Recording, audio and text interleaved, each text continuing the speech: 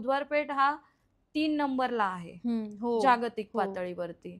त्यामुळे बुधवारपेठ काय आहे हे सगळ्याच लोकांना माहिती आहे.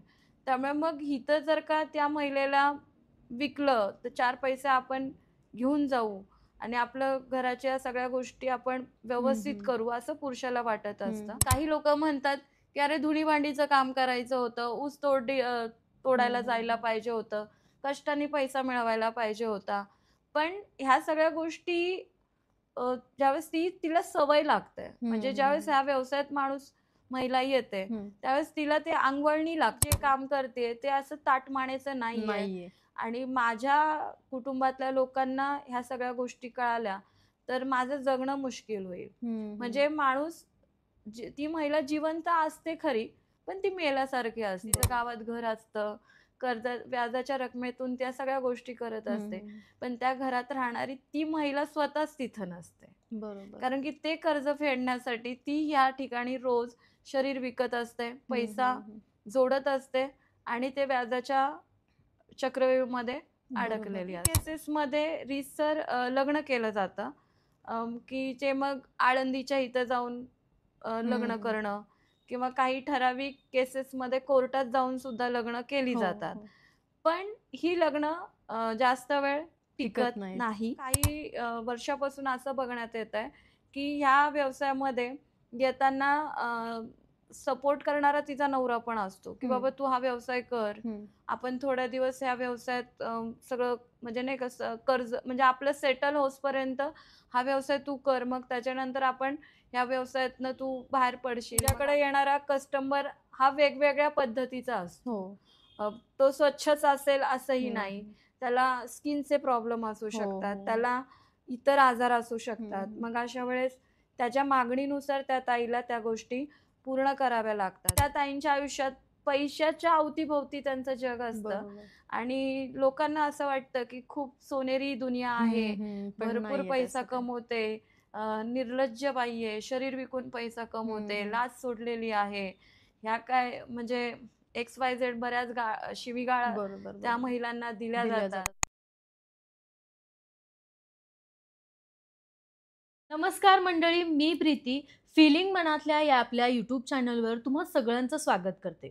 आज आपण एक आगळा वेगळा आणि संवेदनशील विषय आणि तितकाच समाजासाठी महत्त्वपूर्ण असणारा विषय म्हणजे आपल्या समाजात वेश्या व्यवसाय करणाऱ्या महिला असतात. त्यांचं दैनंदिन जीवन कसं असतं, त्या आपला उदरनिर्वाह कसा करतात, त्यांना समाजात वावरण्यासाठी कोणकोणत्या अडचणी येतात, त्या कशा प्रकारे संघर्ष करतात, तसंच त्यांचं रिलेशनशिप, या सगळ्या गोष्टींवर आज आपण चर्चा करणार आहोत. आणि या सगळ्या गोष्टींवर चर्चा करण्यासाठी आज आपल्यासोबत समाजसेविका अलका गुंजनाळ मॅडम उपस्थित आहेत. तुमचं खूप खूप स्वागत आहे आपल्या यूट्यूब चॅनलवर. नमस्कार. तर मॅडमविषयी सांगायचं झालं तर त्यांनी आतापर्यंत बुधवार पेठेमध्ये वेश्या व्यवसाय करणाऱ्या महिलांसाठी खूप उल्लेखनीय कामगिरी केलेली आहे. त्यांना समाजात ताटमानेने वावरता यावं यासाठी त्या दिवसरात्र झटत असतात. तर त्यांच्याविषयी, त्या महिलांविषयी, त्यांना रोज येणाऱ्या संघर्षांविषयी त्या आपल्याला काही किस्से सांगणार आहेत. तर मॅडम, आपण मेन मुद्द्याकडे वळण्यापूर्वी तुमच्याविषयी आणि तुमच्या समाजकार्याविषयी थोडक्यात काय सांगाल? मी भारताची लेक, महाराष्ट्राची शान, पुण्याची आन.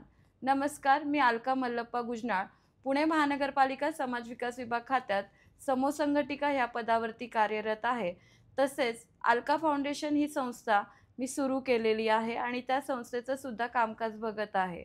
त्याचबरोबर ज्या भागात मी काम करते त्या भागात मी खूप वर्षापासून काम करत असल्या कारणाने सामाजिक कार्यकर्ता म्हणून सुद्धा माझा परिचय समाजातल्या प्रत्येक लोकांशी आहे. आणि थोडक्यात ताई हा शब्द खूप जास्त प्रमाणात ओळखीचा आणि नावाजलेला शब्द आहे. त्यामुळे प्रत्येकजण अलकाताई म्हणून बऱ्याच ठिकाणी बऱ्याच लोकांमध्ये त्या नावाची चर्चा असते. तर मी ज्या भागात राहते तो म्हणजे बुधवारपेठ आणि माझं पूर्ण बालपणच त्या भागात गेलेलं आहे आणि त्याच भागात मी लहानाची मोठी झालेली आहे. त्यामुळे बुधवारपेठ आणि बुधवारपेठेतला सर्वात अतिशय महत्त्वपूर्ण भाग म्हणजे भारतामध्ये आणि जागतिक पातळीवरती जी बुधवारपेठ येते, ज्या ठिकाणी देह विक्री व्यवसाय चालतो किंवा त्या देह विक्री व्यवसाय चालणाऱ्या भागाला रेड लाईट एरिया म्हटलं जातं, रेड झोन म्हटलं जातं किंवा त्या भागामध्ये डेंजर झोनही म्हटलं जातं. अशा लालबत्ती विभागामध्ये मी काम करते आणि बालपणच त्या भागात गेल्या कारणाने त्या ताईंचे प्रश्न खूप जवळून समजण्याची एक संधी मला मिळालेली होती आणि ताईंबरोबर काम करताना एक वेगवेगळे अनुभव, वेगवेगळ्या गोष्टी आणि प्रत्येक क्षेत्रात ज्यावेळेस एखादी व्यक्ती काम करत असते तर त्या कामाचे प्रत्येक येणाऱ्या कामाचा एक अनुभव वेगळा असतो. तसाच मला माझ्या वस्तीमध्ये किंवा मी ज्या भागात राहते लालबत्ती विभागात, त्या भागामध्ये काम करताना मला येणारे अनुभव वेगळे आहेत. तिथल्या ताईंची जी मानसिकता असते, त्या मानसिकतेवरती काम करताना बऱ्याच गोष्टींना फेस करावं लागतं. बरोबर. आणि त्यांना समजून घेऊन काम उभं करणं ही म्हणजे खूप चॅलेंजिंग गोष्ट असते. तरीसुद्धा मी त्या भागामध्ये काम करतेय आणि मला आनंद या गोष्टीचा आहे की लोकं बाहेरून येऊन काम करतात. तर मी त्याच ठिकाणी राहणारी व्यक्ती आहे आणि मी त्यांना खूप जवळून बघितलेलं आहे. त्यांचं प्रेम मला लहानपणात भेटलेलं आहे. तर मला आत्ता माझ्याकडनं जेवढं काही त्यांच्यासाठी काम करता येतंय, तेवढं मी त्या ताईंसाठी काम करते. आणि थोडंसं हटके विषय म्हणजे असा आहे की त्या भागात त्या विषयावरती सर्रास लोकं काम करत नाही. अशा ज्या बेवारस महिला असतात की ज्यांचं अंतिम संस्कार करण्याचं काम मी त्या भागामध्ये करते. जर का त्या महिला विधवा म्हणजे जर त्या महिला मुस्लिम असतील तर मुस्लिम पद्धतीने, हिंदू असतील तर हिंदू पद्धतीने आपण त्या ताईंचा अंतिम संस्कार करण्याचं काम त्या भागात करते. आणि 108ला कॉल करणं आणि 108ला कॉल केल्यानंतर ताईचा जीव वाचवण्यासाठी प्रयत्न केला जातो. आज सकाळचंच उदाहरण आहे की साधारणतः मला 5:45 वाजता एक कॉल आला होता की ती ताईच्या तोंडातनं रक्त पडतंय आणि तिला ॲडमिट करायचं आहे. तर ह्या संदर्भात ती जी महिला होती ती बुधवार पेठेत राहत नसली तरी दुसऱ्या भागात तिचं वास्तव्य होतं. तर त्या ठिकाणी मला जाणं शक्य नव्हतं. पण त्या लोकांना हे माहिती होतं की मी त्या ताईंसाठी काम करते, त्या वस्तीसाठी काम करते.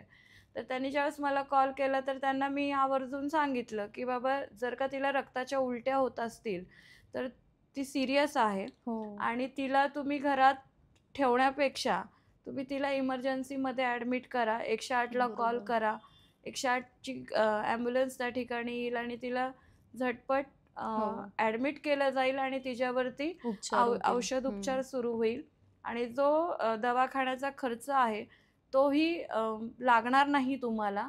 आणि ज्यावेळेस तुम्ही सोमवारी रिसर 86 सोशल डिपार्टमेंट आपलं 86 वॉर्ड क्रमांक आहे, त्या ठिकाणी जर का तुम्ही गेला तर त्या ठिकाणी आणखीन तुम्हाला मदत ह्या गोष्टीची मिळेल की तुम्हाला तुमचा विषय म्हणजे तिचं आजारपण काय आहे, तिला काय त्रास होतोय, तिला म्हणजे तिचं काय नेमकी ट्रीटमेंट चालू होणार आहे किंवा कशा पद्धतीने तिला ट्रीट केलं जाणार आहे ह्याविषयीची सुद्धा तुम्हाला सहकार्य 86 वॉर्डमधल्या सोशल डिपार्टमेंटमधनं नक्कीच मिळेल. ह्यासाठी आपण प्रयत्न करत असतो आणि सतत त्या भागामध्ये वेगवेगळे अनुभव येत असतात. आता एक 3 दिवसापूर्वी एक घटना अशी घडली होती की 17 वर्षाची मुलगी आई आहे म्हणजे आई ह्या बिझनेसमध्ये होती पण काही कारणांनी तिने हा व्यवसाय सोडला आणि त्या मुलीने घर सोडलं आणि ती स्वतः 17 वर्षाची होती. म्हणजे प्रेमाचं वय तर त्या मुलीचं नव्हतं. पण तरी सुद्धा ती ज्या मुलाच्या प्रेमात पडली होती तोही मुलगा 17 वर्षाचाच होता. आणि एक म्हणजे मला त्याविषयीची कल्पना पुन्हा रात्रीच मला कॉल आलेला होता की अशी ताई आपली मुलगी घरातनं निघून गेलेली आहे. आणि मुलाकडच्या पण आई वडिलांना मी ओळखत होते आणि मुलीकडच्या पण आई वडिलांना मी ओळखत होते. आणि नंतर ती मुलगी दुसऱ्या दिवशी भेटली. रिसर आईच्या ताब्यात आपण ती मुलगी दिली.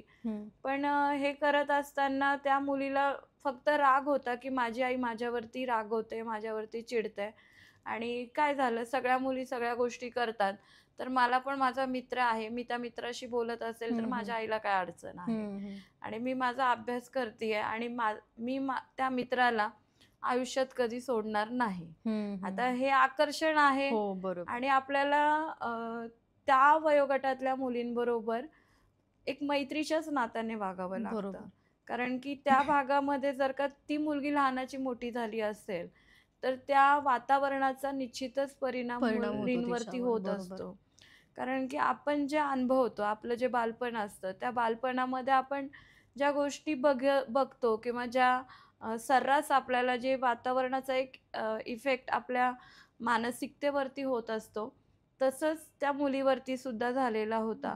त्यामुळे ती तिच्या लेवलला ती बरोबर होती, पण तिला प्रेम हे आंधळं आहे आणि प्रेम करण्याचे तिचं वय नव्हतं, ती मॅच्युरिटी नव्हती आणि शिक्षण हे खूप महत्वाचं होतं. म्हणजे आईचा उद्देश हाच होता की आपली मुलगी चुकीच्या भोवऱ्यात अडकायला नाही पडायला पाहिजे, चुकीचं त्या मुलीबरोबर काही घडायला नाही पाहिजे आणि ती एक चांगलं व्यक्तिमत्व शिक्षण घेऊन स्वतःच्या पायावरती उभं राहणं, सक्षम होणं, ह्यासाठी तिच्या आईचे जो अट्टास होता, मुलीची जी काळजी होती, जी सुरक्षितता ती आई करत होती, त्याच गोष्टीचा मुलीला मात्र राग आलता. आणि ते वय पण असं असतं की त्या वयात आकर्षण होतंच. आपण त्या मुद्द्यांवर पुढे येऊयात की त्यांची आहाराविषयी, म्हणजे त्यांच्या आरोग्याविषयी, आणि हेच की वेश्या व्यवसाय करणाऱ्या महिलांचे जे मुलंबाळ होत असतील ते पुढं कसे वावरतात, त्यांना पुढं कसं सांभाळलं जातं, त्या मुद्द्यांवर आपण येऊच. पण तत्पूर्वी वेश्या व्यवसाय करणाऱ्या महिलांकडे एक शरीरसुखासाठी किंवा एक उपभोगाची वस्तू म्हणून पाहिलं जातं, तर त्याविषयी तुम्ही काय सांगाल? कसं झालेलं आहे की आपल्या भारतामध्ये त्या व्यवसायाला दर्जा अजिबात मिळालेला नाही. बरोबर. त्यामुळे आणि तो व्यवसायच म्हणजे लोक स्वीकारत नाही. म्हणजे एखाद्या महिलेने हा व्यवसाय करत असेल तर त्या व्यवसायाला पूर्णतः विरोध असतो. बरोबर. आणि हा व्यवसाय गोपनीयतेने केला जातो. कुणी ताटमानाने सांगू नाही शकत की मी हा व्यवसाय करते आणि मी 4 पैसे कमवते. त्यामुळे हा व्यवसाय समाजाला लपून छपूनच केला जातो, कुटुंबाला लपून छपून केला जातो. त्यामुळे त्या भागामध्ये एक सिग्मा असा लागलेला आहे की बुधवारपेठ म्हणजे तिथं उपभोगण्याची वस्तू. बरोबर. आणि स्त्री ही उपभोगण्यासाठी असते. त्यामुळे ही जी मानसिकता पुरुषप्रधान लोकांची आहे तर ती बदलणं खूप गरजेची आहे. कारण की जोपर्यंत हा विचार बदलला जाणार नाही, म्हणजे एक आपल्या समाजामध्ये असं एक हेच आहे की स्त्री ही उपभोगण्याची वस्तू. बरोबर. मग ती कशीही उपभोगायला पाहिजे. मग आता त्या भागामध्ये पैसे देऊन ती उपभोगली जाते. तिच्याशी पैसे दिल्यानंतर शरीर सुख घेण्यासाठी लोक तिथं जातात आणि हे शरीर सुख तिची पैसे दिल्यानंतर, त्या माणसाने पैसे दिल्यानंतर पण तिची इच्छा आहे की नाही, तिची मानसिकता आहे की नाही, ह्या गोष्टीचा विचार समोरचा व्यक्ती करत नाही. आणि मूळतः तिला पैशाची गरज असते म्हणून तिला ती त्या व्यक्तीची इच्छा पूर्ण करून ते पैसे बदले आपलं शरीर देणं हे तिचं एक कर्तव्यच होऊन बसलेलं असतं.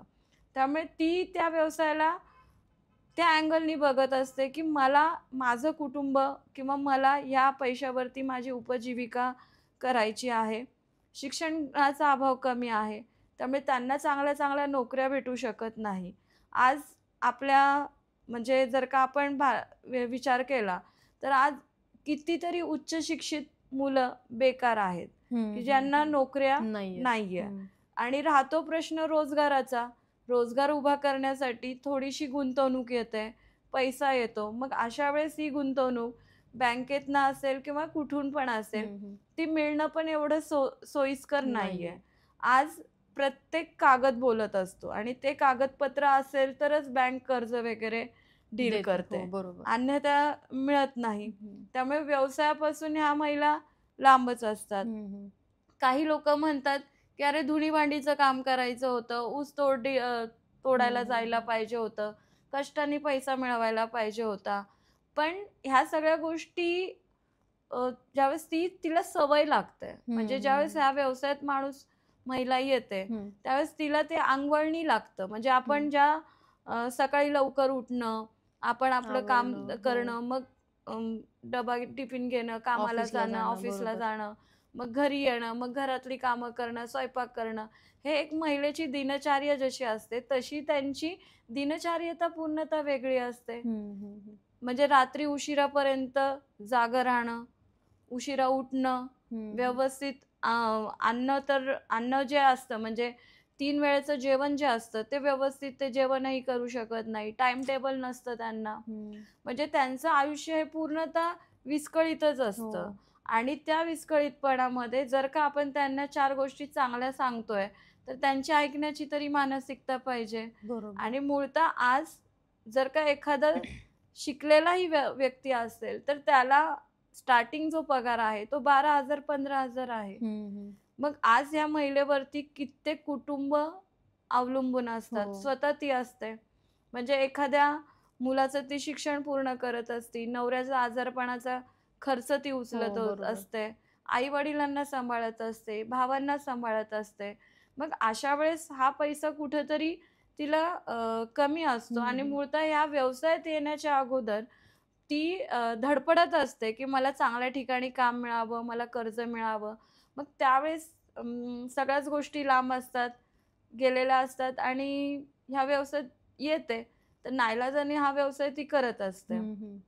कधी कधी असं होतं की ज्यावेळेस तिला असं वाटत पण असतं की हा व्यवसाय म्हणजे म्हणजे समाज स्वीकारत नाही, आपल्या कुटुंबाला कळाल्यानंतर आपल्याला ते स्वीकारणार नाही आणि मी जे काम करते ते असं ताटमानेचं नाहीये आणि माझ्या कुटुंबातल्या लोकांना ह्या सगळ्या गोष्टी कळाल्या तर माझं जगणं मुश्किल होईल. म्हणजे माणूस ती महिला जिवंत असते खरी पण ती मेल्यासारखी असते.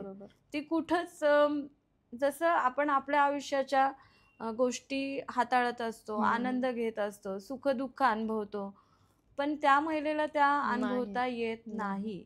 दुसरी गोष्ट म्हणजे ती कर्ज घेते, घर बांधते, सगळं करते, तिचं गावात घर असतं, कर्ज व्याजाच्या रकमेतून त्या सगळ्या गोष्टी करत असते, पण त्या घरात राहणारी ती महिला स्वतःच तिथं नसते.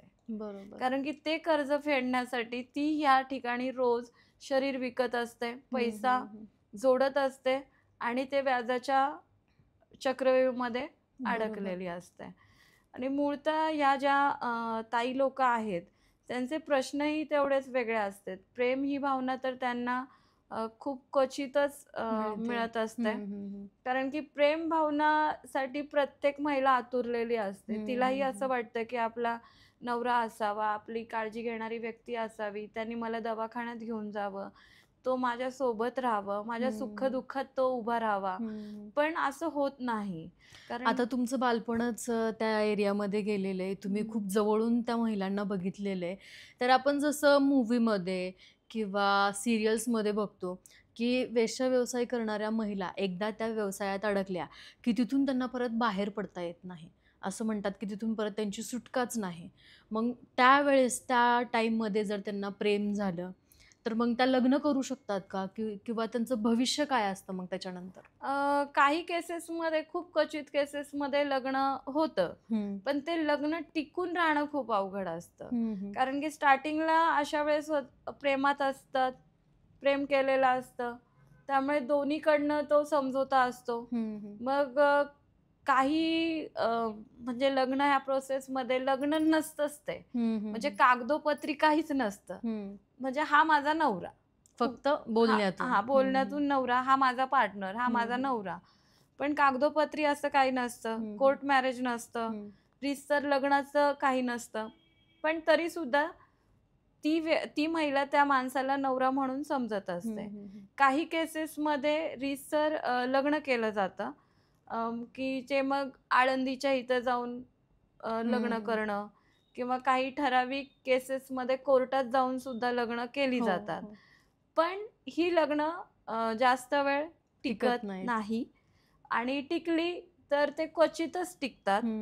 पण बऱ्याच केसेसमध्ये लग्न टिकत नाही. म्हणजे इकडनं ती महिला त्या मुलाबरोबर बाहेर पडते, त्याच्याबरोबर राहते, काही दिवस खूप छान गोडी गुलाबीत चालतं, मग नंतर क्रॅशेस निर्माण होतात, बरोबर. शाब्दिक शिवीगाळ सुरू होते आणि मग पैशाचा अभाव कमी होत जातो बरोबर. आणि मग तिथं पुन्हा त्या महिलेला असं वाटतं की अरे मी त्याच एरियामध्ये योग्य होते, मी 4 पैसे कमवत होते आणि ह्याचा रोज मी मार खाणार, मी माझा कमवलेला पैसा मी ह्या व्यक्तीवरती खर्च केला आणि तरी सुद्धा हा व्यक्ती आपल्याला व्यवस्थित हे करू शकत नाही.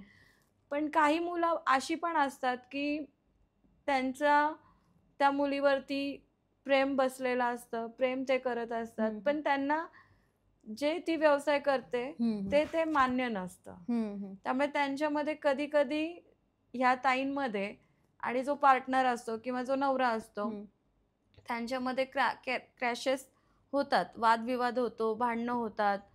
मग एखादा कस्टमर बरोबर ती महिला गेलेली असेल, बाहेर गेली असेल किंवा नाईट ला असेल, तर अशा वेळेस तिचा पार्टनर किंवा तो नवरा रागवतो, चिडतो, एवढा वेळ का झाला, त्यालाच एवढा वेळ तू घेऊन का बसली. म्हणजे काही केसेसमध्ये असं पण असतं की त्या तिच्या पार्टनरला किंवा त्या नवऱ्याला हे माहिती असतं की ती हा बिझनेस करतीये, हा मी व्यवसाय तुम्हाला करतीये. तेच म्हणणार होते की असं भरपूर गोष्टीतून ऐकायला आलंय की वेश्याव्यवसाय करणाऱ्या लग्न झाल्यानंतर सुद्धा म्हणजे महिला आणि तिचा नवरा दोघंही त्या व्यवसायात असतात. हो, म्हणजे आता त्या भागामध्ये कसं झालेलं आहे की आपण पूर्वी जसं म्हणत होतो की काही महिलांना आमिष म्हणजे लोक फसवून आणतात, आमिष दाखवलं जातं किंवा दलाल लोक आणून मुलींना विकतात. ह्या सगळ्या तर गोष्टी आहेतच. पण आता काही वर्षापासून असं बघण्यात येतंय की ह्या व्यवसायामध्ये येताना सपोर्ट करणारा तिचा नवरा पण असतो की बाबा तू हा व्यवसाय कर, आपण थोड्या दिवस ह्या व्यवसायात सगळं म्हणजे नाही कसं कर्ज म्हणजे आपलं सेटल होसपर्यंत हा व्यवसाय तू कर, मग त्याच्यानंतर आपण ह्या व्यवसायातनं तू बाहेर पडशील, मग आपण दुसऱ्या ठिकाणी राहू, आपलं स्वतःचं घर होईल, आपली स्वतःची गाडी होईल, आपण 4 पैसे बँकेमध्ये जमा करू आणि आपलं सगळं व्यवस्थित छान पद्धतीने आपण आपलं आयुष्य जगू. त्यामुळे कधी-कधी बऱ्याच केसेसमध्ये असं बघायला मिळतं की नवरा स्वतः त्या महिलेला या व्यवसायात गुंतवतो. त्याचबरोबर काही दिवस म्हणजे हा व्यवसाय तू करायलाच पाहिजे अशी एक मानसिकता त्या महिलेची केली जाते.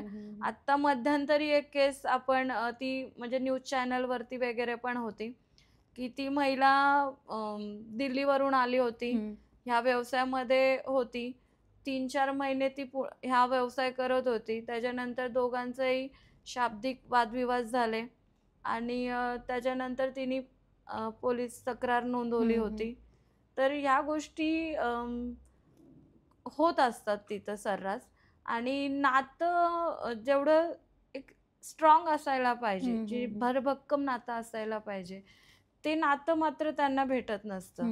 कारण की आई-वडिलां म्हणा किंवा भाऊ म्हणा किंवा बहीण म्हणा, ज्या नात्यांसाठी, मुलांसाठी जे काही ती पैसे कमवत असते आणि ज्यावेळेस पैसे देणं हे एक माध्यम तिचं बनलेलं असतं.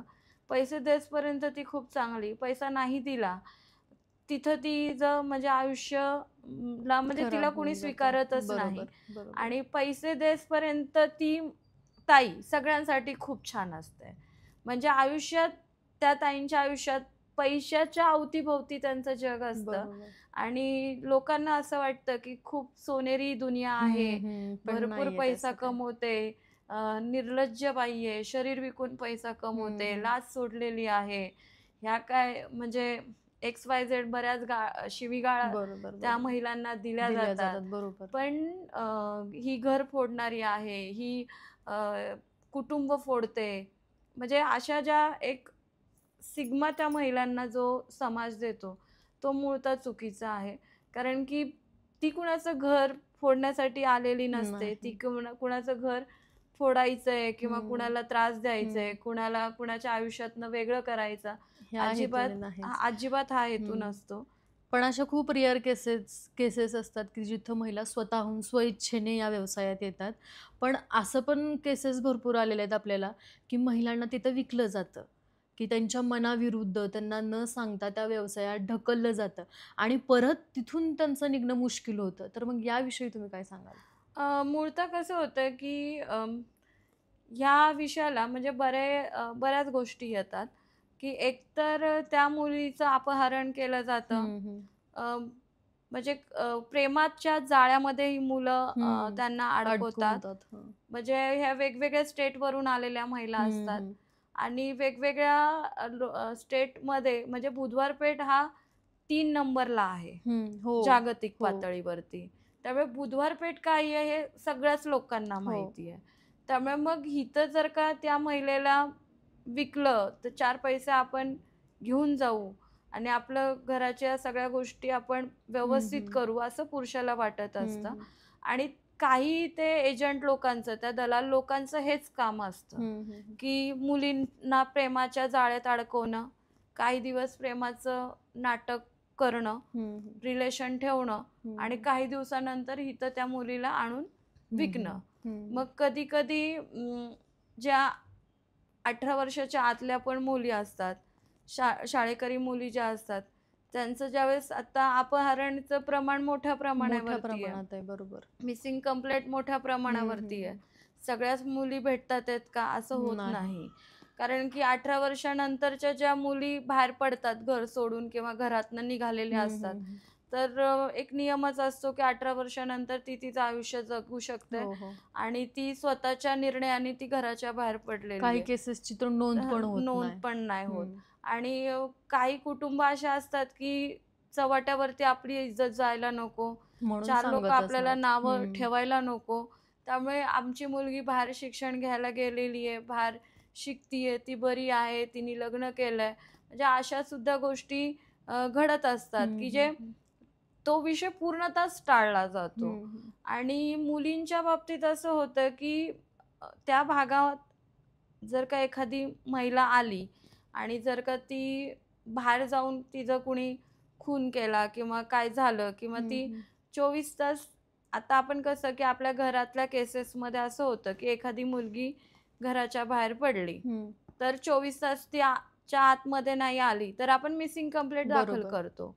पण त्या भागात तसं होत नाही. हं. एखादी महिला एखाद्या कस्टमर बरोबर कुठं जाते, काय करते, कुणाबरोबर गेली, ह्याविषयीची पण पूर्वकल्पना तिथल्या महिलांना नसते. हं, हं. आणि जर का एखाद्या महिलाबरोबर गैरव्यवहार झाला, तर हं. तो नंतरच उघडकीस येतो. हं. आणि ज्यावेळेस मग वेगवेगळ्या चौकीतनं काही फुटेज वगैरे घेऊन आणले जातात किंवा फोटो आणले जातात आणि मग कळतं की बाबा ह्या महिलेचा खून हं, झालेला हं. आहे. पण तिची मिसिंग कंप्लेंट कुठेही दाखल झालेली नसते. हं, हं. कुठल्याही चौकीत ती मिसिंग कंप्लेंट नसते. खून झाल्यानंतर त्या महिलेचा शोध घेण्यासाठी मात्र बरीच लोकं म्हणजे बऱ्याच वेगवेगळ्या महाराष्ट्रातल्या असतील, भारतातल्या वेगवेगळ्या पोलीस स्टेशनची लोकं त्या ठिकाणी येतात आणि त्याचा तपास करत असतात, हं, की हं, ही हं. महिला अगोदर ह्या व्यवसायामध्ये होती का? हं, आणि हं. असं-असं तिच्याबरोबर झालेलं आहे हं, म्हणून. हं. आणि ह्या ताईंचं आयुष्य खूप संघर्षात्मक असतं. आणि ह्यांच्या आयुष्यामध्ये सुख आणि आनंद हे खूप लांब असतं. हं, हं. म्हणजे खूप मोजका क्षण त्यांच्या आयुष्यात असतो, की जे आनंदी असतात. हं, हं.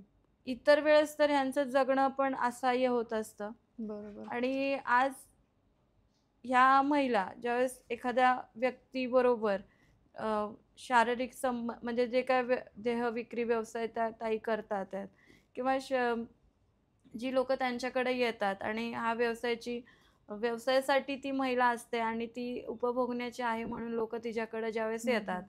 तर तो प्रत्येक माणूसच चांगला असेल असं पण नाही. नसतं ताई. बरोबर.